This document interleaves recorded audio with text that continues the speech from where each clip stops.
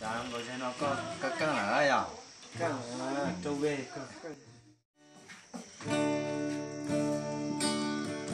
Qua đi xia cho có mù cho cái lô mua tu tin nó không có mua tu. Ô giáo nó nói mong chỉ tôi say cũng trong mong đó nè. Ý giàu ý cho sẵn khơi mà.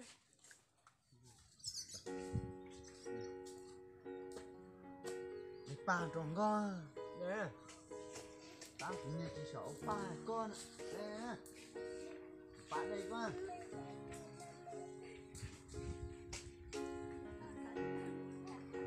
Lão ta đâu? Ta đâu con? Có ông chị ông ấy.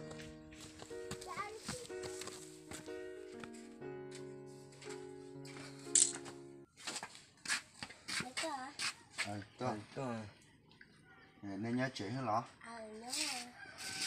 Còn ba còn con mà. Ba, chúng ta chưa vào thành mua cái ba con. Con mấy tua chưa? Ok không? Đây, mấy cái ba con. Wow. Cái kia liền. Sẵn cho vào đi tháo xin mấy khó chịu nữa. Cũng mua mà, cũng nhiều tao sụt to nó đâu con. Ở sao này? Wow. Vậy cơ. Các chả là bên đây rồi mình đổ con này tụi nó. Rồi thế. Nó này chỉ mua gì đó. Đúng rồi, nhớ à. Nó đưa vào đi tháo.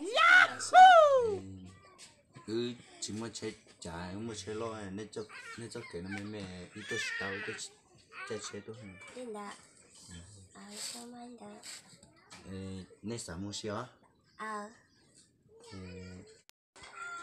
Nên sao mua xí đó? Chị thấy cũng mua vậy? Ba. Để nhanh tao bà xe vậy? Ba nữa. No.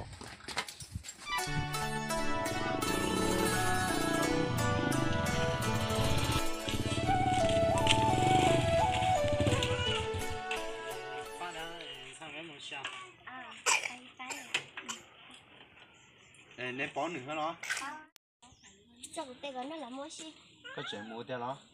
Chị cho vào đi thay nhiều mua xí. Giờ đi mua bé sụt tông lo, nên mua này vậy nè.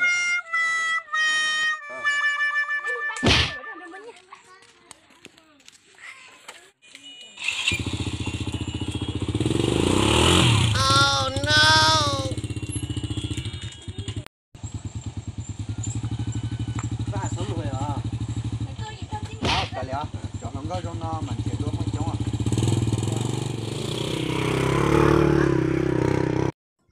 Ô giờ thằng đợi một phụ lô à lô bé ta. No. Đang bắt cái nừng có thêm mù nữa. Đang chỉ nhẹ rồi tới sụp tông trong cao rồi luôn. Cả lẽ một chế ha chế. Chế.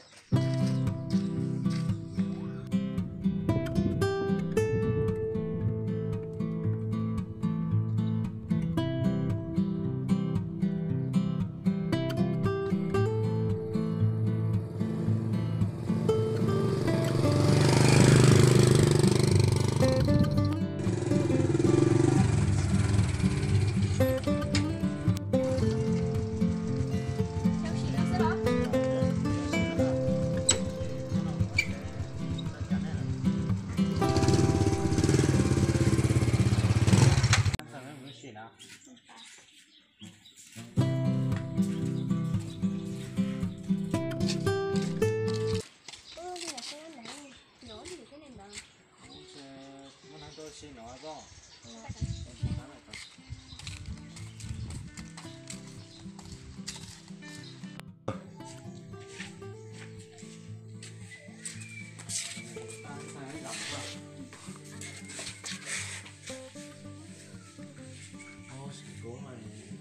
Siêu rồi nào? Thì ô tô ta này còn trào chưa? Chỉ rồi à? Chỉ nhau. Sẽ nhớ thường trào.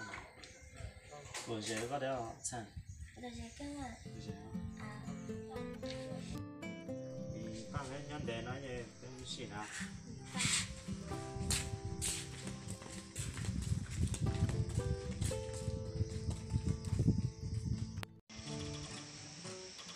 Tao có cho nó có căng ở đây à? Căng trâu về căng. Anh nè, nếu vừa nhầm luôn cao. Ở nhà mà. Đến nhở. Cứ không còn đến nuôi à? Đúng rồi. Có chuyện đâu ra我一些做公務那我能哈好我一下他冇管到人大户安能啥 Đâu ấy. tổ của lúc này số tông chỉ mong mong nó sẽ khu tao đi chả nên là nó 我一下做个梦，走的路我独自努力，路中高我独。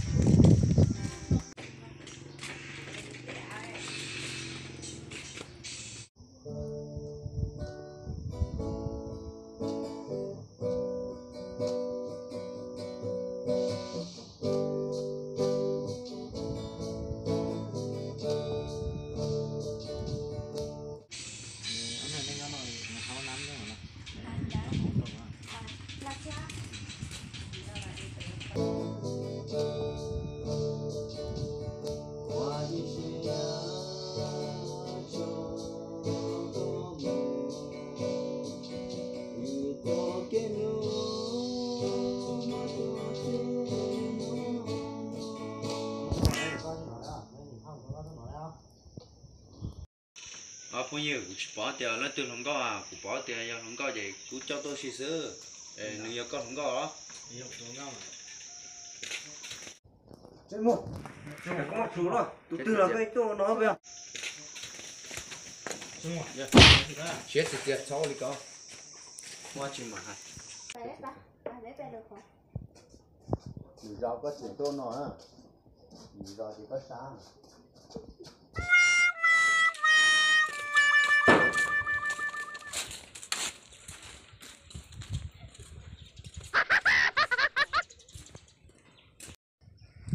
Nhớ trong nói gì bé mình chỉ trong đó sao có tờ thọ nhớ mà nhớ nó cắt ra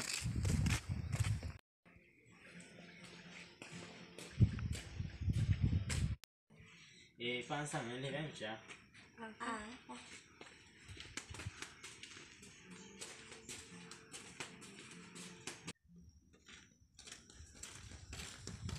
Phan lên đây rồi nó sẽ tạo ra